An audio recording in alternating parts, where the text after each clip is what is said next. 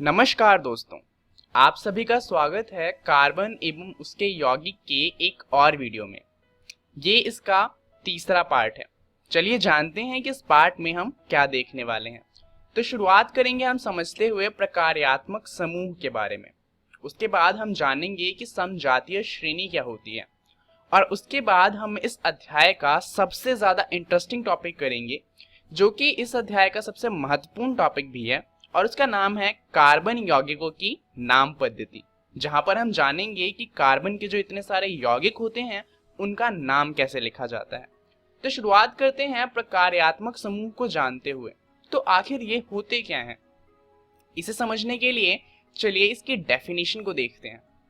किसी कार्बनिक यौगिक में उपस्थित परमाणुओं का वह विशिष्ट समूह जो उस कार्बनिक यौगिक के रासायनिक गुणों का निर्धारण करता है, प्रकार्यात्मक समूह या फिर फंक्शनल ग्रुप कहलाता है।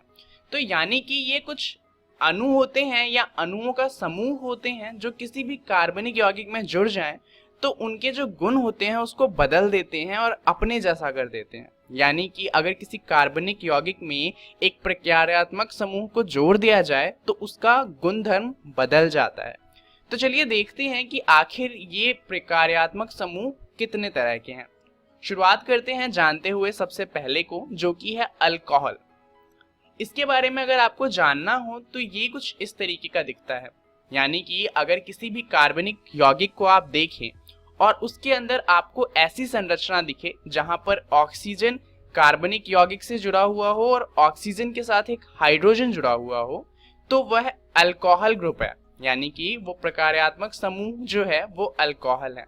तो यहाँ पर O के साथ कोई सा भी कार्बनिक यौगिक जुड़ा हो सकता है। कोई भी कार्बनिक यौगिक हो वो अल्कोहल ग्रुप का बन जाएगा और उस कार्बनिक ग्रुप के जो गुणधर्म होंगे वो अल्कोहल ग्रुप के गुणधर्म से मिलने लग जाएंगे। इसका उदाहरण आप देख सकते हैं। ये एक अल्कोहलिक ग्रुप का कार्बनिक यौगिक है। यहाँ पर आप देख सकते हैं 2 कार्बन के अणु हैं और यहाँ पर एक अल्कोहलिक ग्रुप उनके साथ जुड़ा हुआ है और ये है इथेनॉल। चलिए अब समझते हैं इसके बाद दूसरे प्रकार्यात्मक समूह को, जो कि है एल्डिहाइड। अब इसमें भी यही होता है कि अगर एल्डिहाइड किसी कार्बनिक यौगिक से जुड़ जाए तो उसके गुणधर्म को बदल देता है। अब इसको पहचानने के लिए आपको एक ऐसा पैटर्न ढूंढना है। यानी कि यहाँ पर होगा हमारा कोई सा भी कार्बनिक यौगिक और उससे एक कार्बन जुड़ा हुआ होगा, जिससे दोहरे बंध के साथ एक ऑक्सीजन जुड़ा होगा और एकल बंध के साथ हाइड्रोजन जुड़ा होगा। तो ये पहचान होती है एल्डिहाइड के प्रकार्यात्मक समूह की। यहाँ पर आप इसका उदाहरण देख सकते हैं। यहाँ पर आप देखें तो 2 कार्बन है और साथ में एल्डिहाइड ग्रुप का प्रकार्यात्मक समूह जुड़ा हुआ है। यहाँ पर जो कंपाउंड यानी कि यौगिक बना है ये है प्रोपेनॉल। चलिए अब समझते हैं तीसरे प्रकार्यात्मक समूह को, जो कि है कीटोन। ये थोड़ा अलग है बाकियों से क्योंकि यहाँ पर 2 अलग अलग कार्बनिक यौगिक होते हैं। बीच में एक कार्बन होता है जो दोहरे बंध के साथ ऑक्सीजन से जुड़ा होता है और दोनों ही तरफ एक एक कार्बनिक यौगिक होते हैं। अब जरूरी नहीं कि ये दोनों एक ही हो सकता है कि एक कोई और सा कार्बनिक यौगिक हो और दूसरा कोई और सा कार्बनिक यौगिक हो। उदाहरण के लिए आप यहाँ पर देख सकते हैं बीच में C है जो दोहरे बंध के साथ O से जुड़ा हुआ है और दोनों ही तरफ एक एक कार्बनिक यौगिक जुड़े हुए हैं। ये जो यौगिक है इसका नाम है प्रोपेनॉन। इसके अलावा एक और प्रकार्यात्मक समूह होता है जिसका नाम है कार्बोक्सिलिक अम्ल। इसकी पहचान क्या है कि यहाँ पर एक कार्बन होता है जो कि हमारे कार्बनिक यौगिक से जुड़ा होगा। ये जो कार्बन होगा ये 2 अलग अलग ऑक्सीजन के अणुओं से जुड़ा होगा, एक के साथ दोहरे बंध से और एक के साथ एकल बंध से। जिस ऑक्सीजन के साथ ये एकल बंध से जुड़ा होगा वो ऑक्सीजन आगे फिर एक और हाइड्रोजन से जुड़ा हुआ होता है। तो यानी कि जो हमारा कार्बनिक यौगिक है उसके बाद COOH जैसी संरचना हो रही होती है। तो अगर आपको कोई से भी कार्बनिक यौगिक का नाम दिखे जहां पर आखिर में COOH जैसी संरचना दिखे तो वो कार्बोक्सिलिक अम्ल का प्रकार्यात्मक समूह हो जाएगा। इसका उदाहरण भी ले लेते हैं एक, तो ये एथेनोइक अम्ल है। यहाँ आप देख सकते हैं कि एक कार्बन है जिसके साथ कार्बोक्सिलिक अम्ल का प्रकार्यात्मक समूह जुड़ा हुआ है। अब जरा इस टेबल को ध्यान से देखिए। यहाँ पर आप बाकी के 4 प्रकार्यात्मक समूह को देख सकते हैं। उसके अलावा जो हमारा क्लोरीन और ब्रोमीन है वो भी प्रकार्यात्मक समूह की तरह काम करता है। इन्हें हम हैलोजन ग्रुप के हैं, इसलिए हैलो प्रकार्यात्मक समूह कह सकते हैं। यहाँ पर क्लोरीन और ब्रोमीन जब किसी अणु के साथ जुड़ते हैं तो उसके आखिर में आपको Cl या फिर Br दिख जाएगा। अल्कोहल के लिए आखिर में आपको OH दिखेगा, एल्डिहाइड के लिए CHO, कीटोन के लिए आपको बीच में कहीं पर C दोहरे बंध के साथ ऑक्सीजन से जुड़ा हुआ दिखेगा और कार्बोक्सिलिक अम्ल के लिए COOH जैसी संरचना हो रही होगी। तो इस तरह से आप पहचानेंगे कि किसी कार्बनिक यौगिक में कौन सा प्रकार्यात्मक समूह है। अब प्रकार्यात्मक समूह का काम हमें आएगा जब हम कार्बन के नाम पद्धति को समझेंगे। अभी जानते हैं समजातीय श्रेणी क्या होती है। तो यहाँ पर आप देखेंगे कि एक कार्बन का अणु है। अब इसके साथ अगर OH यानी कि अल्कोहल ग्रुप का प्रकार्यात्मक समूह जोड़ दिया जाए तो ये जो यौगिक बनाएगा उसे कहा जाएगा मेथनॉल। इसका फॉर्मूला आप देख सकते हैं CH3OH। यहाँ पर 3H कार्बन के साथ जुड़े हुए हैं और OH हमारा अल्कोहल ग्रुप का है। तो यहाँ पर अगर मान लीजिए कि इस OH को हटाया जाए और इसकी जगह एक और कार्बन को हम लेके आ जाएं और उसके बाद उस OH को वापस से लगा दें, तो यहाँ पर क्या होगा, जो नया यौगिक बनेगा उसका नाम हो जाएगा इथेनॉल और फॉर्मूला हो जाएगा C2H5OH। अब यहाँ पर क्या किया गया कि जो OH था उसको वापस से हटाया गया और एक और कार्बन को ले आए और उस OH को वापस से जोड़ दिया। तो यहाँ पर जो यौगिक बनेगा वो बनेगा प्रोपेनॉल और इसका फॉर्मूला होगा C3H7OH।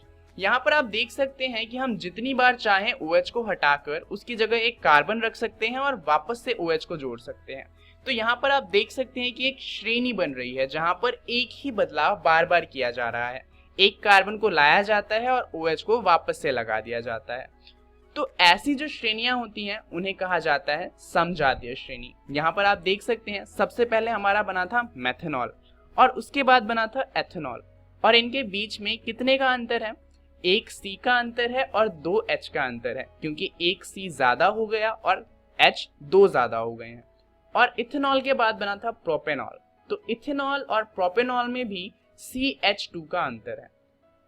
तो यौगिकों की ऐसी श्रृंखला जिसमें कार्बन श्रृंखला में स्थित हाइड्रोजन को एक ही प्रकार का प्रकार्यात्मक समूह प्रतिस्थापित करता है उसे समजातीय श्रेणी कहते हैं। जैसे कि यहाँ पर अल्कोहल ग्रुप कर रहा था। अब जरूरी नहीं है कि सिर्फ अल्कोहल ग्रुप ही करे, एल्डिहाइड हो सकता है, कार्बोक्सिलिक एसिड हो सकता है या कीटोन, कोई सा भी ग्रुप अगर किसी कार्बनिक यौगिक को प्रतिस्थापित करके उसकी जगह ले रहा है तो उसे हम समजातीय श्रेणी कहेंगे। तो होपफुली आपको समजातीय श्रेणी समझ आ गया होगा। चलिए अब समझते हैं कि कार्बनिक यौगिकों की नाम पद्धति कैसे करते हैं। परंतु ये समझने से पहले चलिए एक सवाल देखते हैं। सवाल ये है कि हम सभी यौगिकों को कैसे याद रख सकते हैं। अब जाहिर सी बात है, जैसा हमने जाना था कि कार्बन के लगभग 30 लाख से भी ज्यादा यौगिक बन सकते हैं, तो उन सभी के बारे में याद रखना तो मुश्किल होगा। तो अगर हम कहें कि उनका नामकरण करके अगर हम उन्हें याद रख सकते हैं तो इतने सारे नाम याद करना भी थोड़ा मुश्किल है। तो आखिर हम ऐसा कैसे करें कि हमें सारे यौगिक याद रह जाएं? चलिए समझते हैं। इसके लिए देखते हैं कि हमें क्या करना पड़ेगा। दरअसल नाम पद्धति एक प्रणाली है जिसके अनुसार हर एक रासायनिक यौगिक को एक अद्वितीय नाम दिया जाता है। और ये जो नाम पद्धति दी जाती है ये इस तरह से दी जाती है कि अगर आप कार्बनिक यौगिक को देखें तो आपको पता चल जाए उसका नाम क्या है। परंतु अब ऐसा करने के लिए इतने सारे कार्बन यौगिक हैं तो हमें एक कोई सोसाइटी बनानी पड़ेगी जो देखे कि किसका नाम किस तरह से रखना है और रूल्स बनाए जिससे कि एक कंपाउंड का नाम दूसरे के जैसा ना हो सके। तो उसके लिए हमारे पास है IUPAC, जिसका फुल फॉर्म है international union of pure and applied chemistry. ये क्या करता है, ये देखता है कि कंपाउंड का नाम किस तरह से रखना है और रूल्स बनाता है कि किसका नाम किस तरह से रखा जाएगा। और इससे क्या होता है कि जितने भी नाम हैं वो सारे के सारे आपस में अलग हो पाते हैं और उन्हें याद रखना इजी हो पाता है। तो चलिए समझते हैं कि आखिर IUPAC के अकॉर्डिंग किसी भी कार्बनिक यौगिक का नाम रखना कैसे है। अब उसके लिए आपको एक टेबल याद रखनी है। अगर कार्बनिक यौगिक में एक कार्बन का अणु है तो उसका नाम होगा मीथेन, 2 कार्बन के अणु हैं तो उसका नाम होगा इथेन, 3 कार्बन के अणु हैं तो उसका नाम होगा प्रोपेन और इसी तरह से ये आगे चलता रहेगा। और अगर कार्बनिक यौगिक में कोई प्रकार्यात्मक समूह है तो यहाँ पर जो समूह लिखे हुए हैं वो अनुलग्न में लगते हैं। अल्कोहल के लिए हम OL का इस्तेमाल करते हैं, एल्डिहाइड के लिए हम Al का इस्तेमाल करते हैं और इस तरह बाकियों का इस्तेमाल होता है। यहाँ पर आप देखेंगे कि नीचे जो एल्कीन और एल्काइन है जो दोहरे बंध और त्रिया बंध को दर्शाते हैं, इनका इस्तेमाल थोड़ा हम अलग तरह से करते हैं। वो कैसे करना है वो हम जानेंगे अगली वीडियो में। इसके अलावा हमने 2 प्रकार्यात्मक समूह और पढ़े थे जो थे क्लोरीन और ब्रोमीन। इसके लिए हम क्लोरो और ब्रोमो का इस्तेमाल करते हैं, परंतु इन्हें हम अनुलग्न में नहीं पूर्व लगन में यूज करते हैं। यानी कि अगर किसी कार्बनिक यौगिक में ये जुड़े हुए हैं तो उनके नाम से पहले क्लोरो या ब्रोमो का इस्तेमाल होगा। अब यहाँ पर कुछ रूल हैं, वीडियो को पॉज कीजिए और इन रूल्स को पढ़ लीजिए।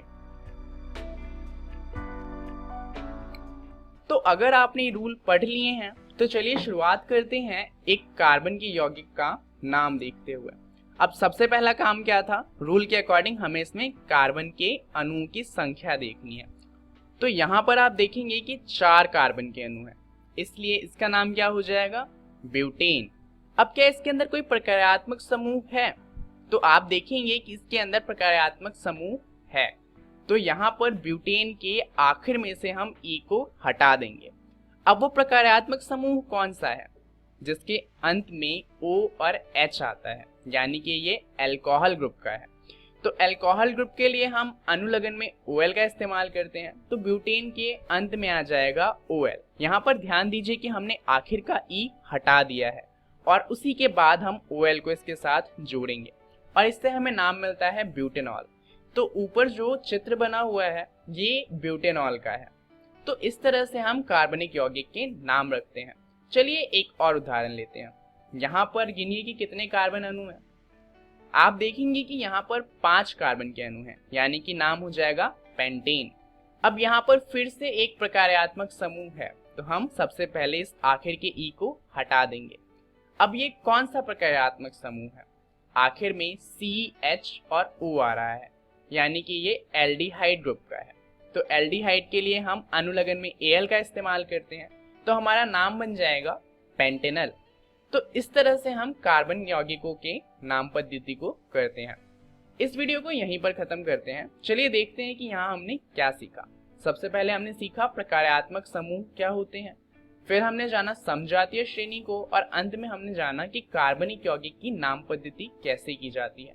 अब यहाँ पर कुछ और बातें भी हैं जो हमें जाननी है, तो कार्बनिक यौगिक की नाम पद्धति में उन बातों को हम जानेंगे अगली वीडियो में।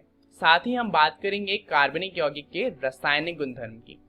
तब तक के लिए धन्यवाद।